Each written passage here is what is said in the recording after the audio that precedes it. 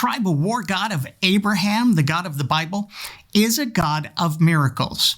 If nothing else, he is a God who uses his very considerable powers to make sure that we're all really impressed down here. He created the universe in the most spectacular way. And for biblical literalists, he did so in record time and very recently. That includes creating the universe in such a way that it appears to be billions of years older than it is. That's miraculous. And by miraculous, I mean it just makes no fucking sense. God created humans from the dust of the ground. Well, the guys were created from the dirt. The women were created from the rib of the man. That's amazing, right? And as if that weren't enough, he created trees, the fruit of which could give life eternal and knowledge. Although that knowledge was somewhat limited, it didn't give the people that God created the cure to cancer or the scientific method. It just made them realize that they were naked and extremely horny. God goes on to miraculously flood the entire earth, saving only 8 souls. And he does all of this without leaving a shred of evidence, either in the geological record or in our DNA. That really is a miracle when you think about it, but even more so if you don't. He confounded our languages, which is why we don't all speak Chinese.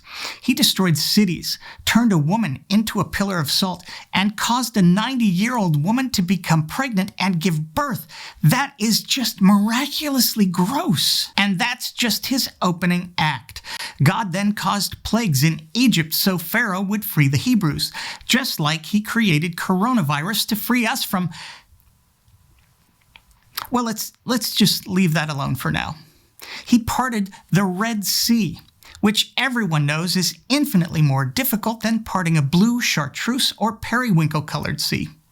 He gave his people manna from heaven, later known as manna-a's. He got water from a rock, burned people from the sky, and even made a jackass speak Hebrew. God even held the sun still in the midday sky so that his people could have more daylight to slaughter their enemies. People don't really think about this, but before night vision goggles, slaughtering your enemies at night was an extremely risky proposition, especially if you've just made an all-night march from Gilgal. For good measure, God kills even more enemies of the Hebrews with a hailstorm from the heavens. Because you can't let your people have all the fun now, right? God gave Samson superhuman strength after he was bitten by a radioactive spider. He raised the dead. He blinded an army, then cured the army of blindness. God even made the sun go backwards 10 degrees, a trick which would not be equaled for thousands of years when Superman reversed the rotation of the earth to save Lois and Jimmy. Jesus is somewhat more modest in his miracles. Yes, he turned water into wine, but only once, attending AA faithfully thereafter. He cured the sick, but not the ballots. He walked on water, but only because he never learned to swim. One of Jesus' greatest miracles was reattaching the ear of a soldier, hastily cut off by Peter, when the Romans came to arrest Jesus. Unfortunately, he reattached it to his forehead, which greatly limited the soldier's ability to enjoy stereo recordings and 5.1 surround sound. That guy was not happy. Speak up! Speak up, I can't hear you. God can do all of these things, but somehow he can't regrow the limbs of our fallen soldiers. Nor can he travel back in time and tell his people that slavery and rape are abominations, or that homosexuality is anything but. God is powerful beyond measure.